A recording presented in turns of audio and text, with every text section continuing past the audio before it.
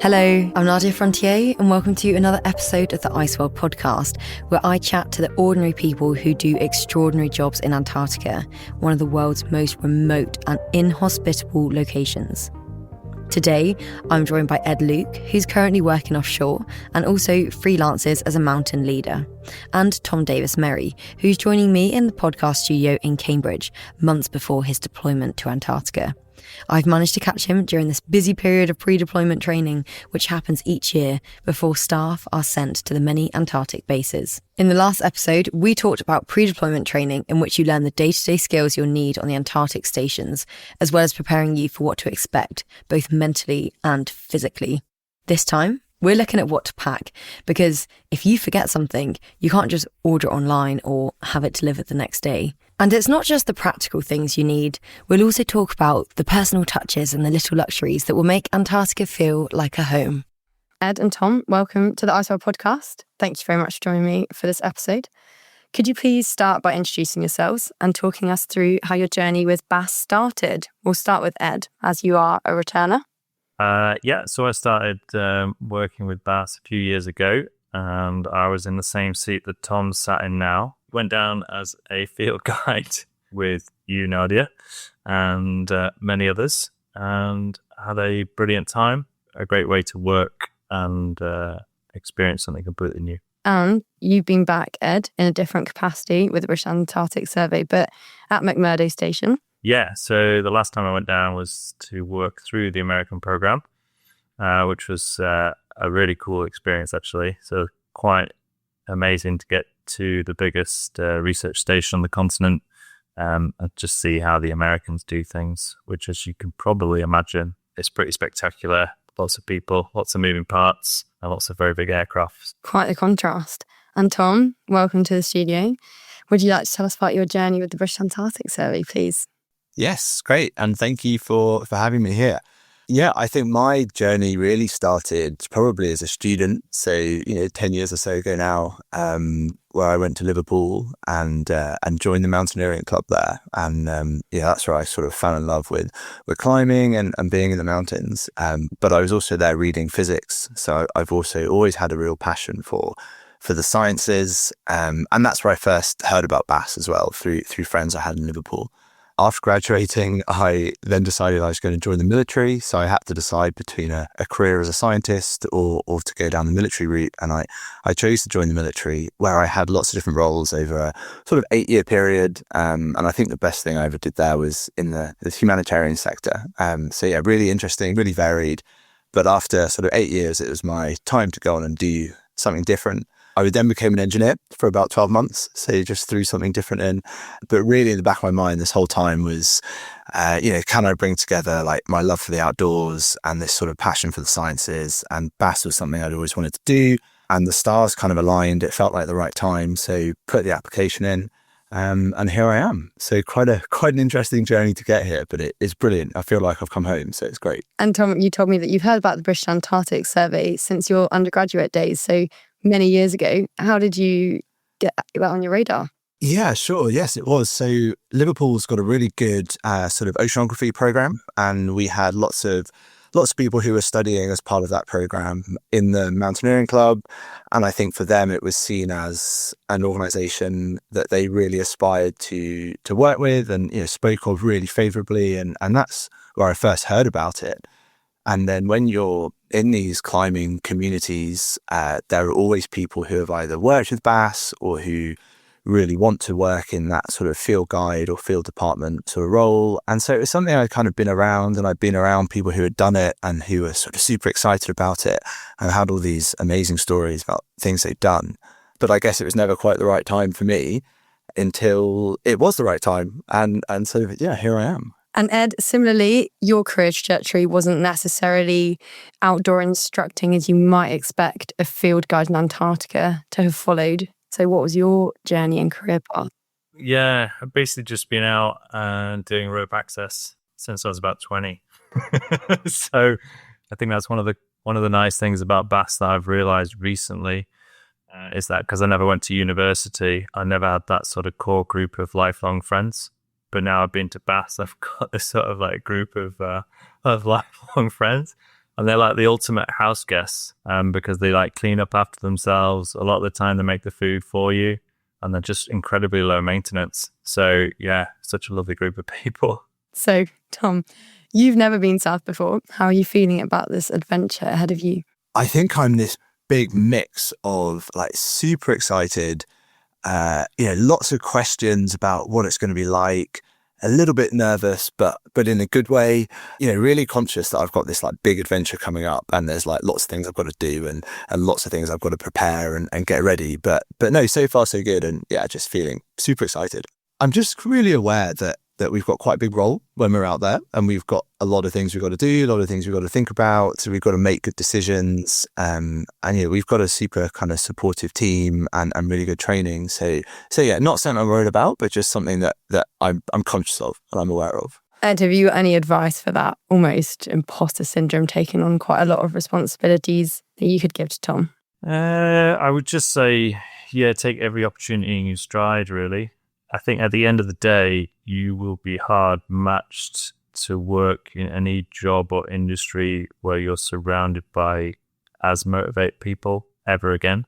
So just to make the most of that and appreciate them and what they bring to the table, really appreciate the opportunity you've got and where that's going to take you, because it is quite a unique job that maybe one day won't be as available or even exist anymore. So I think it's a very cool job to have and the opportunity to have. Awesome. Thank you. Yeah. No pressure. No pressure, but yeah. Definitely make the most of it. And Tom, you're in this crazy stage of packing. So you've just sent your P box to the store. So that's your box that you have for the whole of winter. I'm guessing you're pretty good at packing in general because you are a field guide. You've got to be super organised in the mountains and on expeditions. But have you ever had to pack for 18 months before? No. Is the short answer. Never had to pack for more than about sort of 3 or 4 months at a time. And it's really different as well because you're going into a station which actually has a lot of the sort of basic and some of the, the comforts that you need. So really it's just trying to think of the things that will make your space that like a little bit more homely, and things that will sort of brighten it up a little bit for you. So yeah, I've got some towels and a nice, color-coded shower curtain and a little bath mat and some books and that sort of thing and some photos. And usually if you're packing to go on a Himalayan expedition, a bath mat is the last thing that you think about. So it's a little bit different, I think, the way we approach this, because actually Rothera does have a lot of the things down there that we'll need. Yeah, I think there's a bit of an advice maybe, Ed, you might agree, but not to overpack, right? Yeah, I mean, we certainly got there and realised there was everything you could need. So I guess, like you're saying, Tom, the personal things or the personal touches, and probably just lots of normal clothes, lots of nice, comfortable, normal clothes, because in reality, all the technical stuff is taken care of by and large. And also maybe not a lot, but quite a few smart clothes, because it is nice to dress up now and again. To have that packed and with you, I think's actually not a bad shout. I've got a suit as well. That's in there. And my slippers. Yeah. Slippers and suit are a great combination. I think that would go great for midwinters. Yeah, I think you wear them together, right? That's Absolutely. But yeah, there are loads of occasions to dress up and have celebrations, which I definitely didn't anticipate and did not have enough clothes for that. But there is a fancy dress room where there are things that are suitable to wear to a nice dinner. I've heard lots of good things about this fancy dress room. Oh, you're going to absolutely love it. Do you get some guidance on what to bring during this pre-deployment week? It's kind of the time where you have your deadline. You have to have already packed most of your winter gear. So how do you know what to take with you? Yeah, it's really tricky. But yeah, we do get lots of really useful advice. We get a letter from the sort of current wintering team that talks us through like what to expect, what's been going on, and also has a bit of a packing guide in it. So we can go through that and kind of tick off the most important things, but also just chatting to the returners, chatting to sort of other people within the field ops sort of team. Yeah, we've had lots of good advice. Everyone's really happy to share their top tips. So it's not been as stressful as I think it actually could have been. It's gone okay. Ed, did you take anything different when you went down with the US program compared to when you initially packed for Bass and had absolutely probably no idea what to take? Not really. There's just certain sort of little bits and bobs that you think, oh yeah, it's a black diamond mercury mitt. Got to have a set of them. They're essential. basically anything you can't make or recreate or find there. So when it comes to normal climbing equipment and clothing for the field, that's belt and braces covered. But anything you can think of that is unique. And also, because I think, Tom, there is something generally in that letter about pictures and decorations for your walls and things like that. And I probably kind of neglected that quite a bit, but it is worth having some hard copy pictures because it's just nice to have that memory within your room for the winter. It's actually quite a valuable thing to do and take some time to prepare. And Tom, you still got time, right? How many days or weeks until you deploy south? I've got a couple of months. Yeah, got about 2.5 months before I go. So definitely time to get your photo album ready then. There's other luxury items and little home comforts that are really important. What else would you advise other than decorating your room? I know you sent me a lovely care package when I was in my second winter that had lots of good things. So yeah, what else could we pack? Yeah, I think Jas had the best one when asked what he put in his pea box, and he said he just filled it full of food,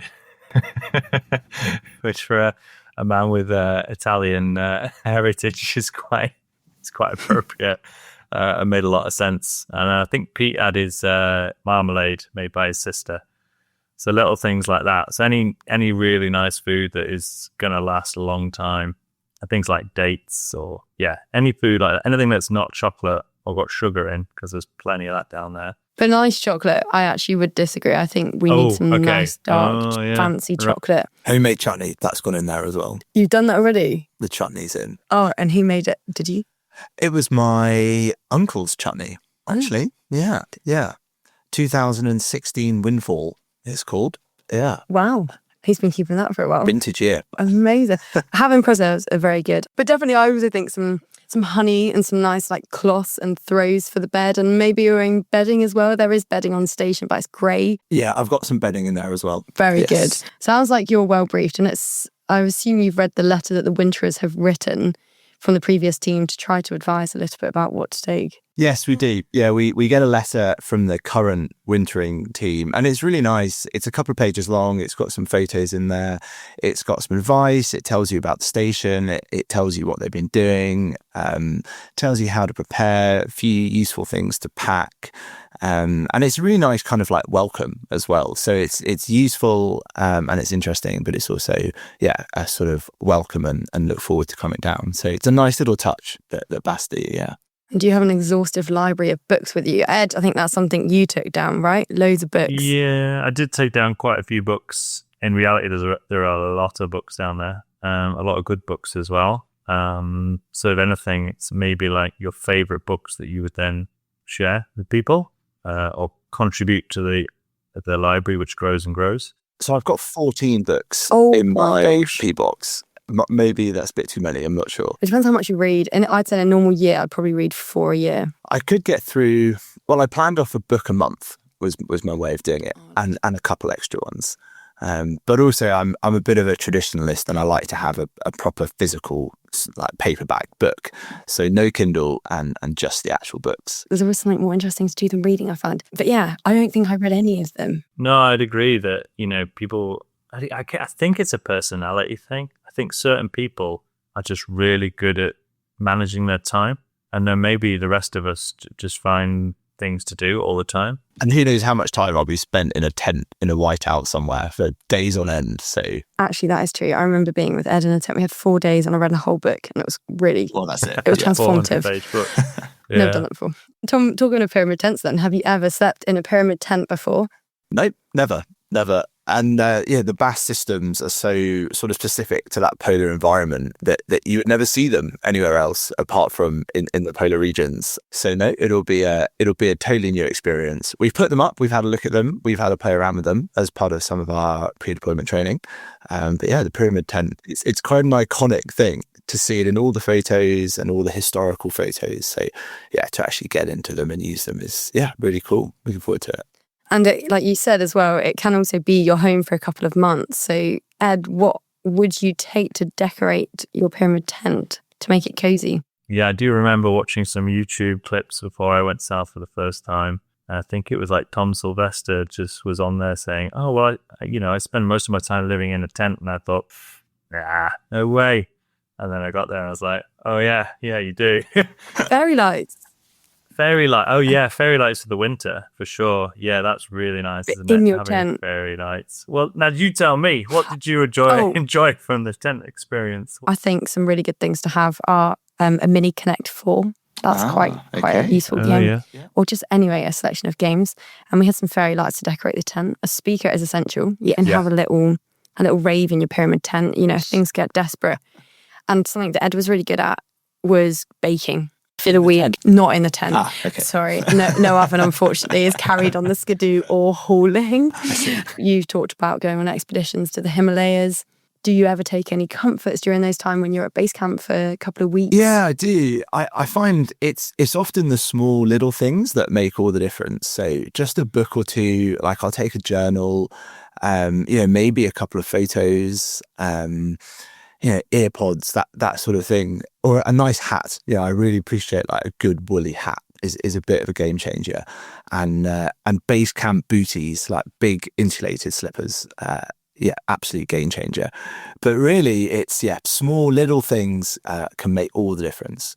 Yeah, I think those booties as well. There are quite a collection in the stores. Tom, how are you getting your luggage to Antarctica then? So you sent your P-box to the stores, and you'll also be going via aircraft and then ship? Yes. Yeah. So I've dropped off my P-box, has gone into stores, and my ski bag as well. So I'm taking my skis down with some ski touring bits and pieces, and my ski boots have gone in there as well. And I thought that was pretty cool to take your own skis to Antarctica. So I thought, got to be done, got to do that. Got the P-box, so that's all gone, that's been sort of dropped off. And then when I go down, so I'm flying to Montevideo, so Uruguay. We have there maybe 24 hours turnaround, and then we're on the ship for about 2 weeks. So for that part of the journey, I'll have my BAS issued kit bag, and that's everything that we've been given for like field use. And then I'll have my own bag. So that's your normal sort of 23 kilos as if you're going on a normal commercial flight. And then a little day sack that I'll just carry with me. And so anything else I want to take, personal clothing, comfy stuff, extra books, whatever it is, that all goes in that 20 kilo bag, just as if I was going on holiday. And then you'll get your P-box when you arrive on station. If you're then going down on the ship, in theory, your P-box should then be offloaded with you. In theory, but I think this year is a little bit different because we've got all the construction work going on. And so there's slightly different priorities for what's on the ship and when things are getting there. So we might have to wait for perhaps a month or so before the P-box arrives. But we'll see. Yeah, don't know. Gonna go with preserves for without a month. That's going to be... I won't have my own bed sheets for a whole month. So Tom, we're recording this in the pre-deployment training week, and this is where everyone is heading south and training and getting together. What's the general vibe like? How is it meeting your winter team for the first time? It's been really cool. PDT's been amazing, and I think none of us appreciated the number of people. So there's about 150 people at PDT, which is wild to think about. Like, we're sending that many people south, but everyone's backgrounds are like so interesting. Everyone's doing different roles. They've come from different places. Like, everyone's journey to get here has been really different, but everyone's super excited and just kind of like getting involved in everything. And then I've just come back from a weekend with the winter team. So there's 31 of us, and we went away for a couple of days to get away from Cambridge and just have a bit of time together as a smaller group to, do some team building. So we did some rafting, did like a Go 8 high ropes course. We were cooking together. And we did some sessions around sort of like winter specific bits of training that we need to think about. But just really great just to get us all together in one place. And we feel like we sort of are coming together as a team, which is really nice. That's such a fun way of doing it. Ed, are you feeling a little bit of jealousy there, given our COVID pre-deployment training and lack of team building? Well, there was that, but also I think the boarding of the ship, the James Clark Ross, after 2 weeks of living in a hotel room individually, I think that evening I had such an electric kind of atmosphere to it. We were leaving the UK, we were leaving COVID behind, we were leaving like our lives behind and starting off on this like mad adventure. And I think, that's a very memorable moment for me. That's so true. Do you remember also how you felt during those pre-deployment weeks? I know it was COVID and it was all a bit strange, but we did training and there was opportunity to meet up with people. I mean, it is quite exciting, isn't it? Because you're meeting this team that you're going to spend a lot of time with. I mean, nerve-wracking is the wrong term, but you're definitely like sort of sussing each other out. And I did find that quite fascinating when you are down on station and you've been there for your stint or most of it, and then the new team start arriving, and they're all quite, they all start like kind of, be really nice and put the best foot forward and all this sort of persona sort of stuff. I think that's what you notice about teams that have been together for a long time. They have that sort of relaxed sort of demeanor around each other, which I think is really quite nice. When you actually first meet those people, it is quite strange. There is a pressure to actually get to like them and make a good impression. Yeah, we definitely all kind of come into this like trying to put our best face on sort of thing, and trying to come across like really friendly and personable like all the time. And it's actually quite tiring, isn't it? It's exhausting. Yeah. Oh, it's absolutely exhausting. And you're not being yourself. You can't really relax, and you're kind of having the same conversation all the time. But then there's also a really cool energy because, like you were telling me earlier as well, Tom, that you've got plans of what you would like to do over the winter, like your bake-off, for example. Yes, yeah. I think we've already got the five-a-side football teams agreed, and the bake-off plans are in, and lots of really, really other sort of fun things that I think people want to do, and who knows if we'll actually do them or not. But I think it's great that people are so enthusiastic and like want to do all this stuff. And it is important to remember that, Ed. Maybe we are slightly jaded as time has now passed, but we had all these plans and ambitions to do so many things. And it is so lovely to have that it's quite rare to start a job and then to build your community around you. Normally, like, you're the new person in your job, right? And everyone kind of has their flow. But this is now, you all start this new job at the same time, which is pretty crazy. And then you can all like choose, and you all go into a different life. And you have no idea what to expect. And you're going to like one of the literally most remote places in the world. Yeah, it's really weird, isn't it? And I don't think there's any other like profession or role where you actually have to like worry about this. Or normally you just come into an organization and you have to like fit into the culture there. Whereas here, I think like we get this opportunity to like shape that, and we can make it the culture that we want it to be. It's sort of like going back to school again. It's really bizarre. But yeah, really exciting. Definitely. I remember that energy. Ed, do you remember before we boarded the ship and before quarantine, what you did as your last things in the UK, like touching grass? Yeah, I think, well, the memory I have the most is that I went to Buttermere in the Lake District, which is where I'm from. And I remember sort of walking around that just to sort of see the trees one last time.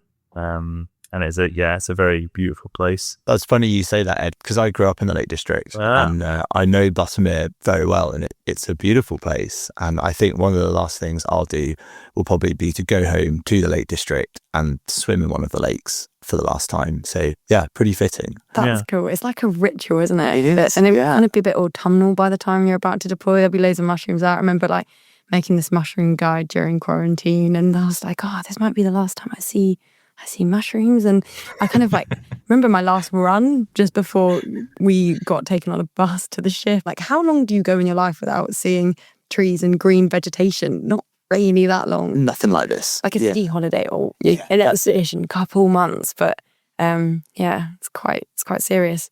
So have you, apart from going for the swim, Tom, is there anything else in your last final pre-deployment period that you would like to achieve before going away?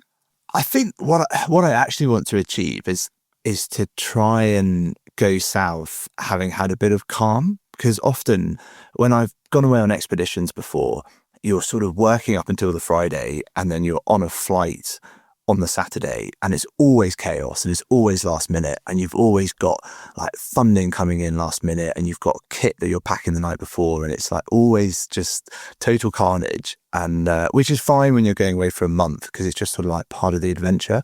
But I think for this, I actually just want to have like some peace and quiet before I go, and just feel like I'm kind of ready and that I've done everything and that I'm not running around at the last minute. I probably will be. I'm sure that's what happens. But yeah, just a bit of calm and just sort of spend time with friends and see family again, and go and swim in Buttermere, whatever it is. But yeah, just a bit of calm would be quite nice. I think you can definitely achieve that the way that it works at British Antarctic Survey, the fact that you've already had your packing deadline, you would have finished your training before then. There was like a little bit of a small period that you then can like hopefully just live your life a little bit and get that peace. Yeah, definitely. And it's great the way they've done it, particularly with us as like the field department, where we started training a couple of months ago. So we've had lots of time to like think about things and start packing things and kind of get our lives in order, I think. So it's nice the way that BAS give people the time to do that. And then you also have a bit of time before you actually deploy to really just finish everything up. So yeah, I think so. I think it's achievable. Yeah, I hope so. Do you remember being a bit peaceful, Ed, before deploying? Well, we had 2 weeks in a hotel, so that was pretty peaceful. I think I had a week in That's Norway. boring. That was really That was cool. not peaceful. It's pretty mad, like getting on that coach to the port and being like, wow, these are the last trees I'm going to see for a long time. But then there's other small details like the pilot boat and the pilot getting back on the pilot boat down the wooden ladder and getting his phone out and taking a picture. And you're like, wow, that's pretty cool if the pilot's taking a picture of your ship, because I'm sure he doesn't do that every day. Yeah, true. To conclude then, Ed, what do you take away from Antarctica? Now it's been 5 years. What would you say it still means to you in your current life? I would say the lifelong friends, probably the main one. So it's sort of like extended family, which is really nice, like really, really nice indeed.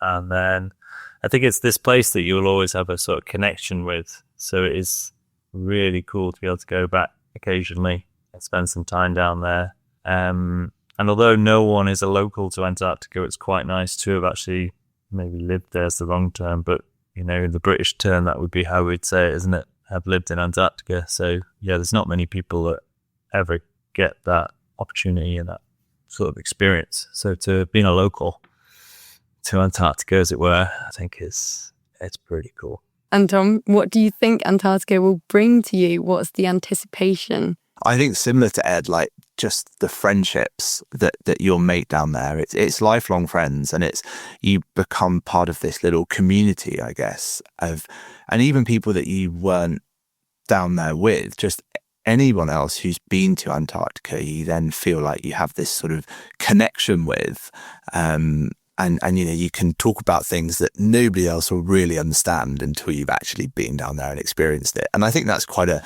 privileged sort of community to be in. Like, it is a pretty special thing, I think, what we do down there and the people that go down there. So yeah, really hard to know yet, but I think it'll be that sense of like connection and relationships with people that you form be pretty special. Yeah. I think you'll be amazed to know how many people have actually been to Antarctica. I find this a lot, where I like joined a sports club in Cambridge a couple of years ago, and the guy that picked me up was like, oh yeah, I was in Antarctica like 30 years ago. And I was like, what the hell? Yeah, it's wild. Yeah, we spoke to our neighbours and like turned out their son had been or something like that. And it's amazing how many people have somehow had some connection to it.